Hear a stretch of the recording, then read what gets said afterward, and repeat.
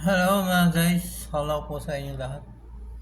Yan, meron po tayong bibigyan na na ewan ko ba kung mandidiri ako rito o ano. Grabe. Grabe talaga yung challenge accepted, no? Yung kumakalat na challenge accepted.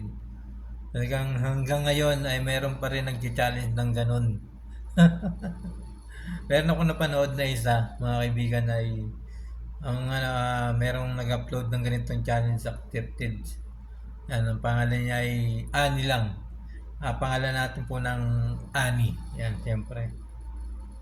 Dito sa video na to mga kaibigan ay talagang natutuwa pa sila na maipakita sa lahat ng mga tagapanood yung kanilang ginagawang hindi malaman ba kung ano bang ginagawa nila sa kanilang mga buhay-buhay, di ba? Nakakaano, hindi nila alam merong mga nanonood ng mga bata. Pero pinagpapatuloy pa rin nila yung challenge accepted na yan. Dati meron tayo napanood na nag-viral yung Caldero challenge, di ba? Yung Caldero. Ngayon, ito naman, meron na naman nag-upload na si Ani. Ani ang pangalan niya. Yan. Talagang bulgal na bulgal yung mga ginagawa nila. Halos makita na yung kanilang tinatagong tinatagong tinatagong kayamanan. Diba? Kayamanan nilang dalawa. Kaya panoorin nito guys. Panoorin nito.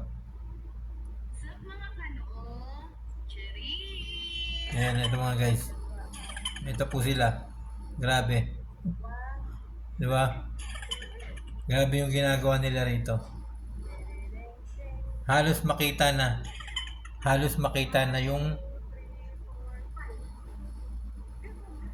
kawayan na hindi naman natin kung kawayan ba yun o malaking puno, di ba? Malaking puno, kakadiri, grabe. Nakakadiri yung kanilang mga ginagawa. Tuwan-tuwa pa rito yung babae, oh. Oh, tuwan-tuwa pa, oh. Naglalagay pa ng emoji para hindi makita, pero nakikita pa rin. Ah. Sana wala nang gumagawa nito mga kaibigan. Sana wala nang gumagawa nito. Kasi maraming nanonood ng mga bata. Maraming tagapanood sa social media, lalo-lalo na yung mga bata na mga nanonood, 'di ba? Mga maliliit pa na wala pa sa hustong gulang. Kaya mga guys, huwag niyo po sana itong gagayahin itong mga to. Huwag niyo pong gagayahin to. Kasi napakapangit po sa paningin ng mga nanonood, lalo-lalo na sa mga wala pang hustong galang, wala pang hustong gulang ng mga bata. Grabe. Guys, huwag niyo po itong gagayahin yung challenge accepted nito. Mahiya naman tayo sa mga nanonood sa atin. Grabe. Di ba? Ano ba nangyayari sa mundo? Ano nangyayari sa mundo?